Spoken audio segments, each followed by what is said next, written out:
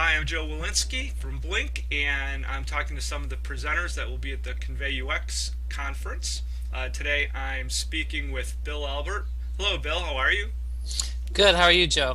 Everything's good. Where are you talking to us from today? I'm at Bentley University, which is in Waltham, Massachusetts, just outside of Boston. All right.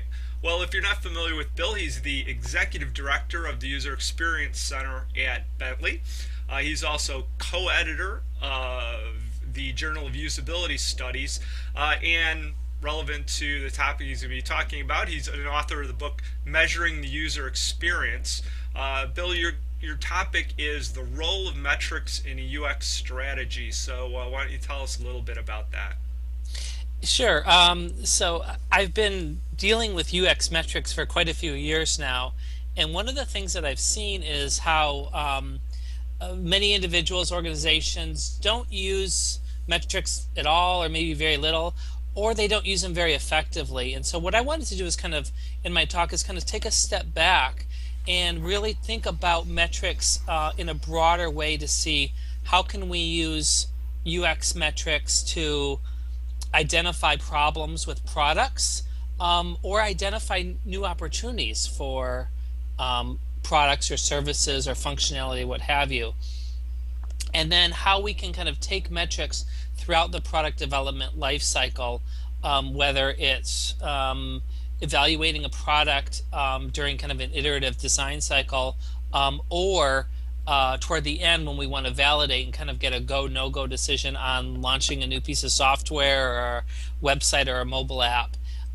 Metrics measurement is such a key part of business, and knowing that you're making the right decisions and you're spending your money wisely and you're moving toward kind of a strategic goal. What I wanted to do is say, hey, listen, let's expand this idea of business metrics to include UX metrics, kind of as part of that, to be kind of give us a seat at the table with, I guess, leadership within an organization.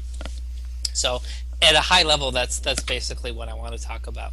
And the type of metrics that you're going to be talking about, you talk about in your book. Do you see that as an area that more people in the UX community need to embrace? Are there any like skills or gaps there that you think the community needs Yeah. to think about? Yeah, definitely. I mean, I think that it's, in the UX community, certainly in the last 5 years, is sort of embracing more kind of not just the qualitative side of research, but also the quantitative side. Um, but everybody can kind of sharpen their skill sets, whether it's, doing some basic stats or getting their hands dirty with the data set, or even just thinking about the types of metrics that would be relevant for their business. So definitely see some great opportunities within the UX community to kind of think a little bit more deeply about UX data. Yeah. So Yeah. have you been working on new material? Is there another version of your book that might be coming out?